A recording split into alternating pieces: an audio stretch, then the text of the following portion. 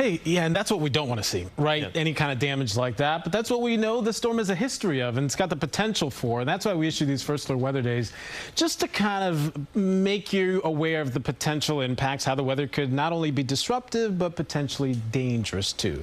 Our weather watchers are all keyed in to the active weather today. Meanwhile, reporting temperatures in the 50s, 60s, and already our first 70-degree reading from Karen in Linden. Some rain reports too. There haven't been all that many, plenty more where that came from. I want to show you some pictures because this tells the story on a day like this.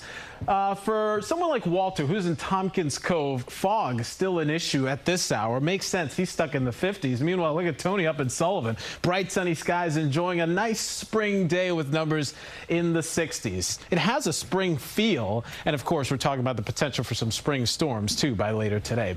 At the moment, weather's calm. Yeah, you got the cloudy skies. Temperature is 63 degrees. That's the current situation in the city right now.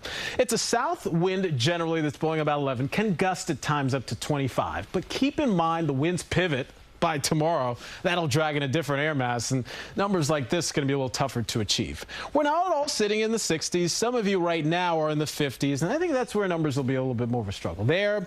And, you know, as you work your way into parts of the Hudson Valley, numbers are in the 50s, 60s. Look at this, 70s too. Red Bank, Trenton, 71 degrees already. All of this is associated with a warm front that's moving in, that's dragging in the warmer air. But remember, there's a cold front too with this, and that's still back out to the west. Cincy is 48 degrees, Detroit's 43.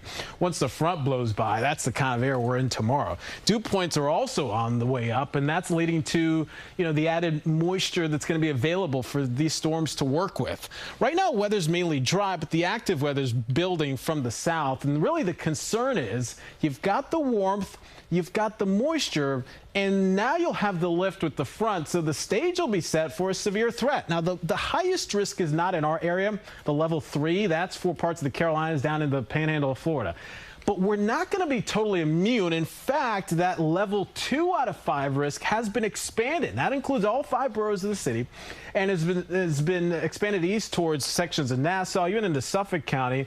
Damaging winds going to be the main threat. We can't rule out the hail threat too, and the tornado threat that we talked about earlier. Now, most of the next few hours, weather's going to cooperate if you got anything going on. But by the time you may be driving home from work, the evening commute could be an issue as we start to see some of these storms flaring. They'll start off scattered in nature, and then they'll ramp up in coverage and intensity. There's 8, 9 o'clock, and things are really getting nasty out there. Lightning-packed storms, torrential rain could cause some localized flooding issues, and then everything pushes on towards the east. So you see the future cast there and the time at the top of your screen. So towards midnight, you still have some active weather moving in, and then it generally moves from west to east, and by tomorrow morning, most areas are dry. How much rain? I think about a ½ to an inch will be common. There will probably a swath of areas that could see as much as 2 inches, and that's why flooding could be a significant threat with this.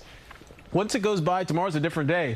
Near 70, then 15 degrees cooler tomorrow. So, yeah, don't be fooled by the warmth you've got today.